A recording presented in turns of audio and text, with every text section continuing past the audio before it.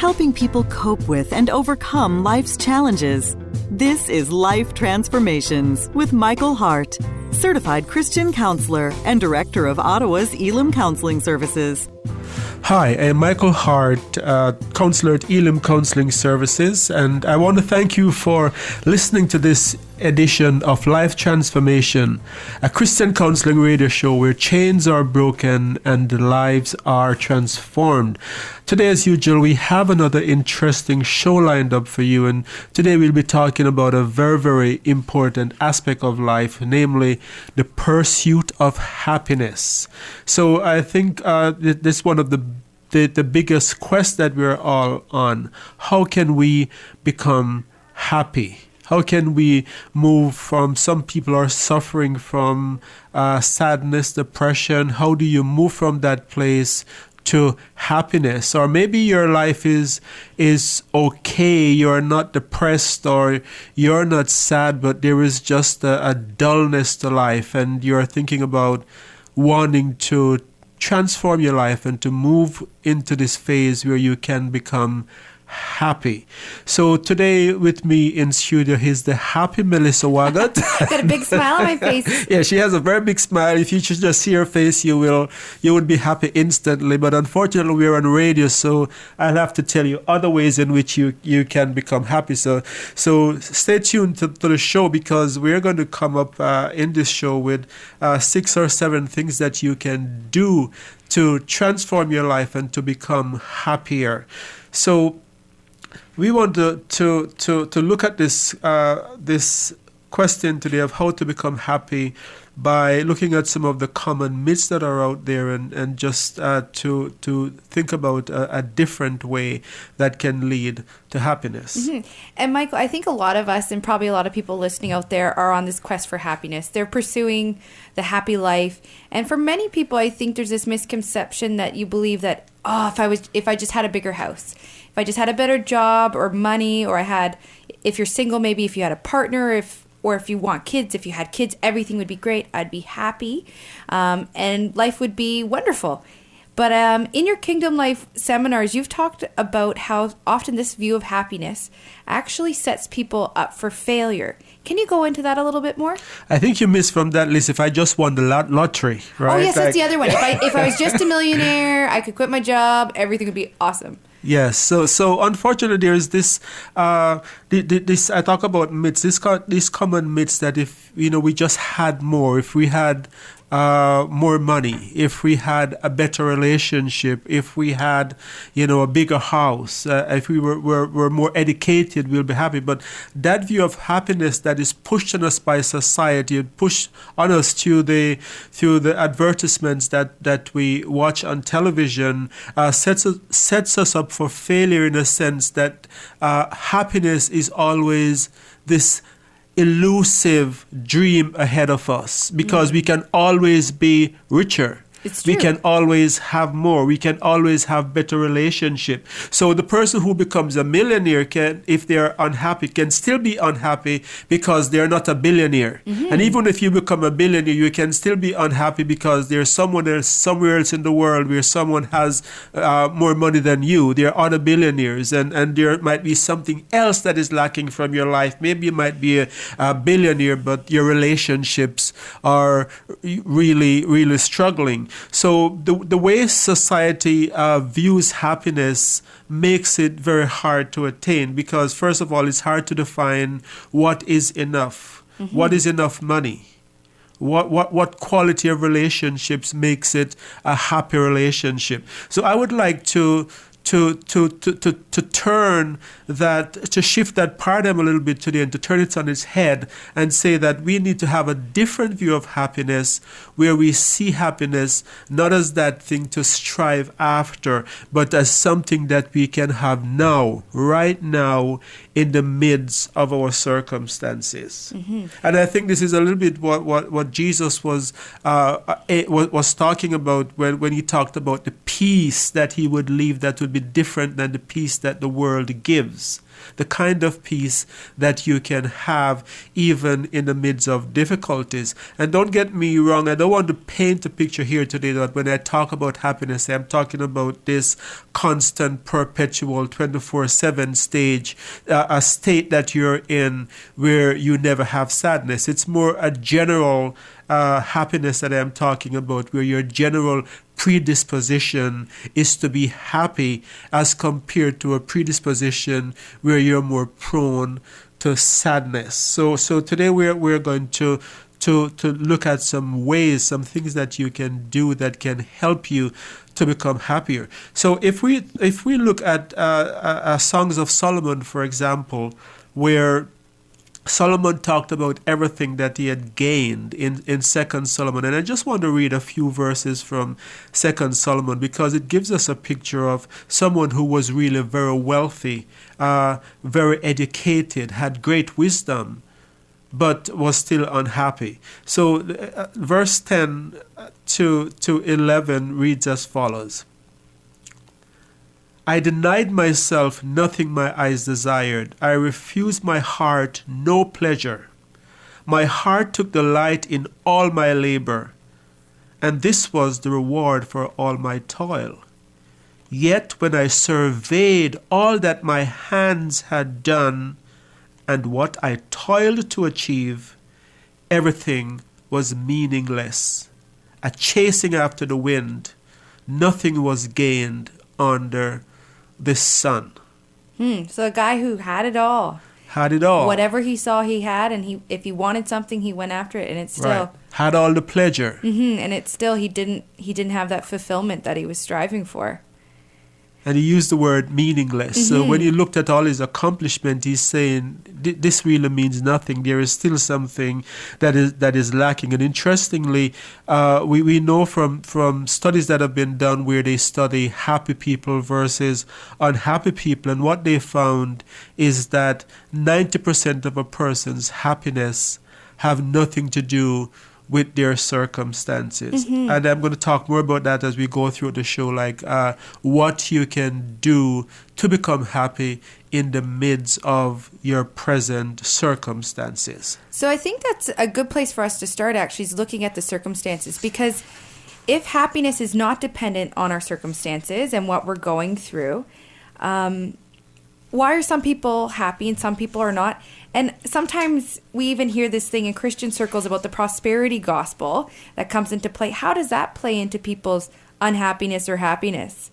I think that the prosperity gospel, first of all, it's not really a gospel because it's not necessarily biblically based. It's not biblically based. And I think the so-called prosperity gospel, what it does, it sort of builds on notions or beliefs that are already held by society, that if you just have more, you will become happier. So they view prosperity as having more material things, whereas when the Bible talks about material prosperity, the Bible was not talking about just material things. The Bible was talking about a lot more than just material things. The Bible tells us that Jesus wasn't wealthy. The Bible tells us that the disciples weren't very wealthy. But yet in the midst of our churches today, there is this common notion that we are aimed, this common notion that as believers we should be wealthy. So there are a lot of believers just believe, if I give more, I will become wealthy. If I pray more, I'm going to become wealthy. If I just do good, if I become as good as can be, then God is going to bless me. And I think that still puts happiness in some future realm where it depends on things that you have to do to achieve that happiness. So the second part of your question is, why is it that some people are happy even in the midst of difficulties and some people are not? Yeah, because I've seen people sometimes that they have it all and they're unhappy. Nothing will turn that frown upside down kind of thing.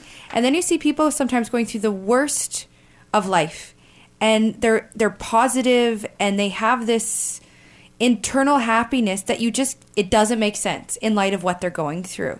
Why do we see these stark differences? I think I'll answer that question by first telling a well-known story about this dad who had twin boys, and it was their birthday, as the story goes, and he gave them. He decided to test these boys. So in one of the boys' room, he put all the toys, that you could imagine, all the current toys that were desired. And in the other boy's room, he placed a pile of horse manure. Nice dad. Nice dad.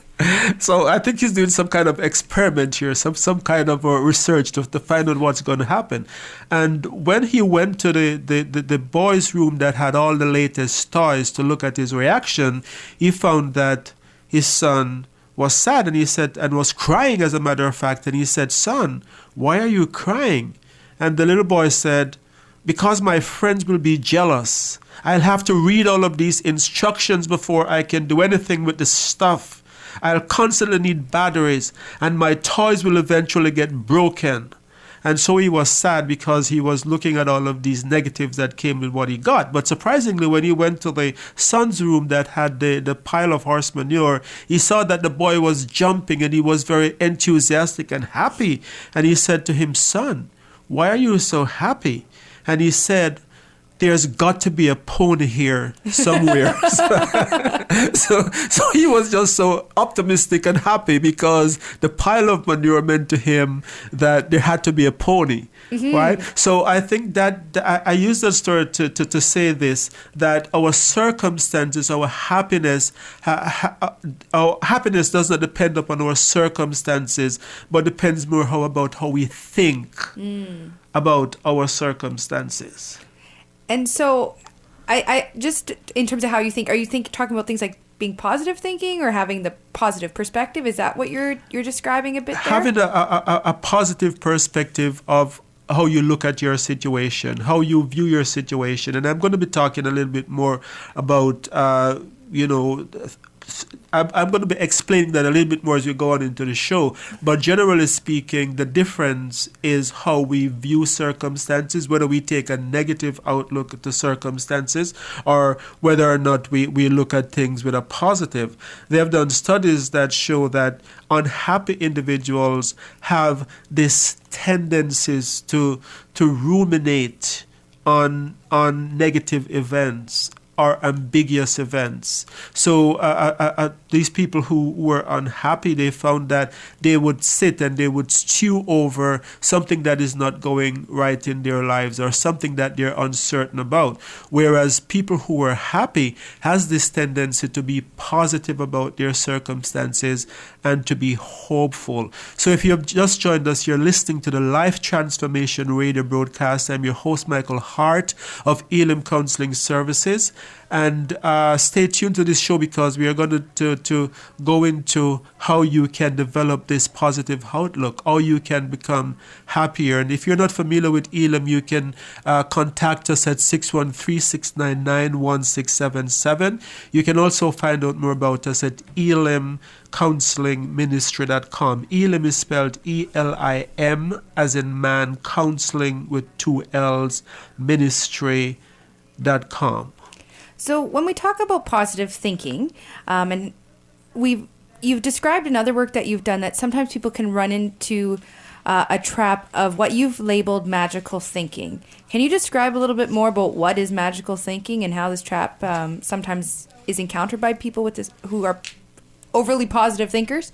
Yes, and I see this as a fallacy that a lot of people get trapped in, where they listen to these motivational speakers like Anthony Robbins and other big name speakers, and these speakers talk about the law of attraction, and they believe that just by being positive you magically attract these mysterious forces of good that comes your way and result in a lot of positive things happening in your lives. in your life. And don't get me wrong, I think to some extent, if we think positive, then it results in positive things happening. But there is this danger, there is this inherent danger with that kind of thinking, where someone could believe, I want to be wealthy, but I'm just going to close my eyes, and I'm just going to focus on positive thoughts about becoming wealthy. And I'm not going to do anything. I'm not going to send out any job applications.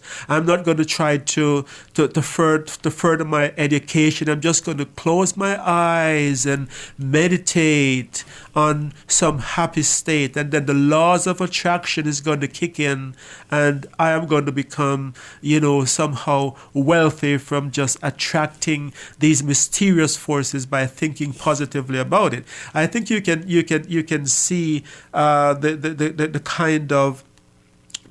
kind of ridiculousness in that kind of thinking. So that's what I call magical thinking, as opposed to positive thinking. Positive thinking thinks positively about the future, thinks about things that you would like to achieve. But positive thinking, on the other hand, unlike this law of attraction or magical thinking, does not negate the need for positive actions. So that's the big difference there. By positive thinking, I'm not just thinking here about just the thoughts itself, but as I'm going to outline later on in this show, that there are things that you can do, steps that you need to begin to take, concrete steps that can help you to become more positive in your outlook. So what I'm hearing you say is, if we would like to become happier, we can do this by learning to have these positive thoughts in the midst of our current circumstances, whether they're positive or negative, and to take some actions to go to where we'd like to go. Is there research that backs this type of process up? Absolutely, and I'm going to touch on that. But let me just first here reiterate here that I'm not talking about this perpetual state where nothing phases you, because I don't think that's realistic either, right? I do think that, as the Bible says, there's a time to mourn, and there's a time to refrain from mourning. There's a time for joy, and there's a time for sadness. That's a reality of life. But what I'm talking about here when I talk about happy versus sad people are people who are stuck in a state of unhappiness, where despite even when good things are happening in their lives, they cannot kick that feeling of sadness, and they cannot think positively about the future, because they're constantly trapped in this place of negativity. So in terms of research, the question was, is there research that backs this up? Yes, there have been research that have been done with what is called functional magnetic resonance imaging, or functional MRI. And what they found is they observed the brains of the subject under certain stimulus, such as positive and negative words.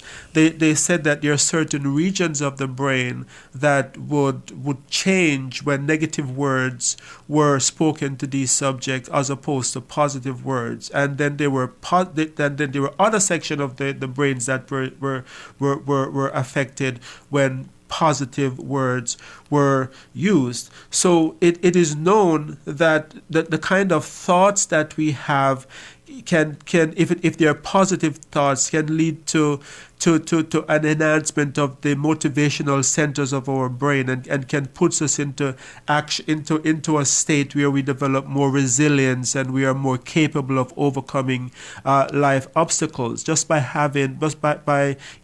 thinking of positive words. Our research shows that the opposite happens when we dwell on negative words under these experiments. When negative words were fed into the subjects of these brain, what they found is that these negative words resulted in in the production of certain stress-producing hormones and neurotransmitters.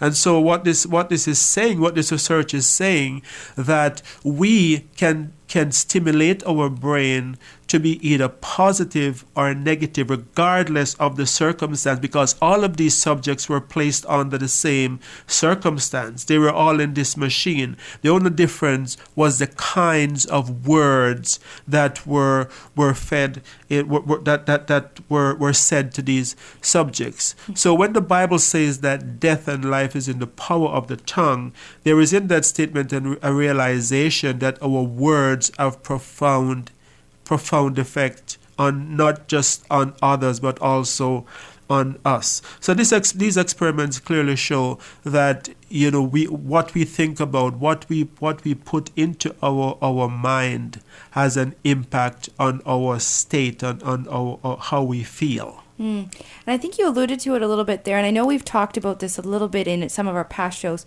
but about how sometimes our brains can be affected chemically by what we're experiencing. So as it relates to positive thinking, can you describe to listeners how they can begin to create happiness in their lives and to kind of overcome some of these challenges that we've described can happen when we're stuck in that perpetual state of negative thinking and sadness? Okay, so the first part of the question is things that they can do to begin to develop happiness in their lives. And then the second part was? Well, it was just with regards to some of the chemical changes and things that come about through being in that perpetual state of negativity, which I was just wondering if you could elaborate a little bit more about what you see and then how in your practice you can kind of overcome those things that people experience. Absolutely. So I have seen where there's a big difference between people who come in who are willing to take action, where they will come in and at first they're very, very depressed, very, very hopeless about life. But what we find is that as these people begin to do the exercises that we assign to do week after week, in a very short time, their moods begin to change. They begin to feel better about life. They begin to have more hope. Whereas what we find is that there are some people who are so problem focused that they remain focused on the problems and they don't do the exercises, and we find that these people tend to stay in a state of hopelessness. They tend to be triggered into negative states just by things that continue to happen in their lives. Whereas the people who take the steps necessary are able to develop a positive attitude. So the second part of your question is what are these positive action? What can people begin to do to begin to feel positive about their lives? There are a number of things. There are about 6 different things that I would like to talk about here today, are practical things.